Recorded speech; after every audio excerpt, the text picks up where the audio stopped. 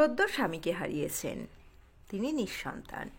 শেষ বয়সে কিভাবে দিন কাটাচ্ছেন বর্ষিয়ান অভিনেত্রী অনুরাধা রায়, বিস্তারিত জানাবো এই প্রতিবেদনে।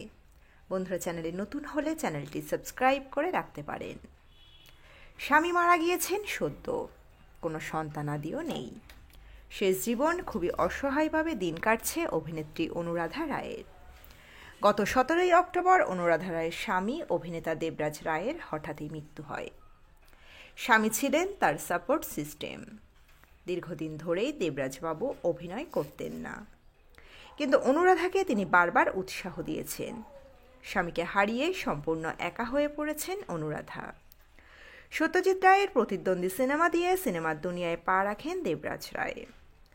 মার্জিনা আবদাল্লাহ, আঘাত, ইনকিলাব, মেজদিদি, তিল থেকে তাল, আশা, গণদেবতা ইত্যাদি বহু সিনেমাতে তিনি কাজ করেছেন একের পর এক। আর অনুরাধাও 90-এর দশকের টলিউডের দাপটে অভিনেত্রী ছিলেন। তথাকথিত নায়িকা তিনি ছিলেন না, তবে পার্শ্ব চরিত্রে তার অভিনয় আজও দর্শকদের মনে দাগ কাটে। যদিও অনুরাধা কিন্তু কখনো অভিনেত্রী হতে চাননি। তিনি অভিনয় শুরু করেন বিয়ের পর। বিয়ের পর স্বামী এবং শ্বশুরবাড়ির জোড়াজুড়িতেই এক প্রকার টলিউডে পা রাখেন অনুরাধা। 1976 সালে যখন তাদের বিয়ে হয়, তখন দেবরাজও সবেমাত্র অভিনয় শুরু করেছেন। দেবরাজ রায়ের বাবা তরুণ রায় এবং মা দীপান্বিতা রায় থিয়েটার জগতের মানুষ ছিলেন। ছেলের পাশাপাশি তারা বৌমাকেও অভিনয়ে আসার জন্য উৎসাহ দিতেন। অনুরাধার শ্বশুরমশাই তরুণবাবু থিয়েটার দলে কাজ করতে শুরু করেন। সেখান থেকেই তিনি সত্যজিৎ রায়ের সহকর্মী অজয় বন্দ্যোপাধ্যায়ের নজরে পড়েন। অজয় বন্দ্যোপাধ্যায়ের ভৌতিক সিনেমা করটি দিয়েই তিনি অভিনয়ের জগতে পা রাখেন। এই সিনেমাতে তার সঙ্গে দেবরাজ রায়ও অভিনয় করেছিলেন। এরপর আর ঘুরে তাকাতে হয়নি অনুরাধা রায়কে। উত্তম কুমার পরবর্তী সময়ে যখন বাণিজ্যিক সিনেমার মোড় ঘুরল টলিউডে, অনুরাধা তখন বেশ জাঁকিয়েই বসলেন ইন্ডাস্ট্রিতে। রাজা বাদশাহ, মান মর্যাদা, বিয়ের ফুল, চৌধুরী পরিবার, অন্নদাতা, মায়ের আঁচলের মতো 300টিরও বেশি সিনেমাতে কাজ করে ফেলেছেন অনুরাধা।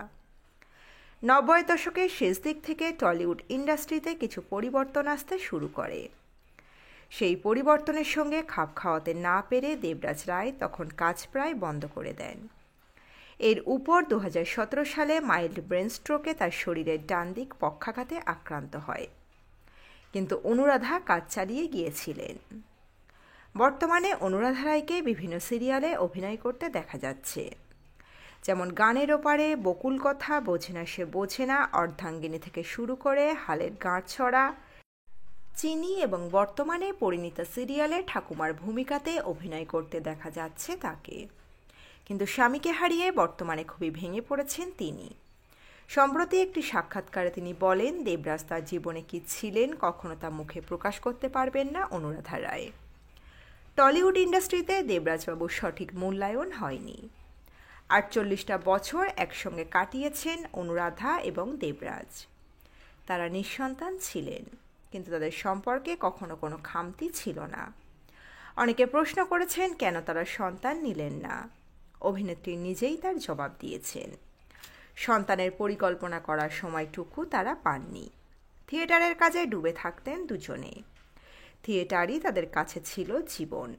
শারীরিক অসুস্থতার কারণে মাত্র 69 বছর বয়সে প্রয়াত হলেন দেবরাজ রায়। তিনি দীর্ঘদিন ধরে অসুখে ভুগলেও কখনো তার আচরণে বা স্বভাবে কোনো পরিবর্তন হয়নি।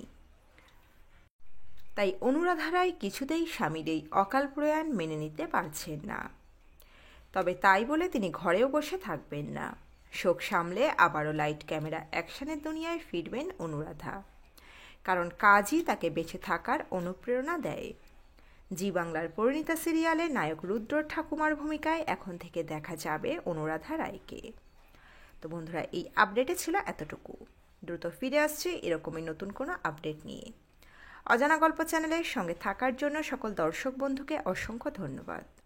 দেখতে থাকুন, চোখ রাখুন অজানা গল্প চ্যানেলে।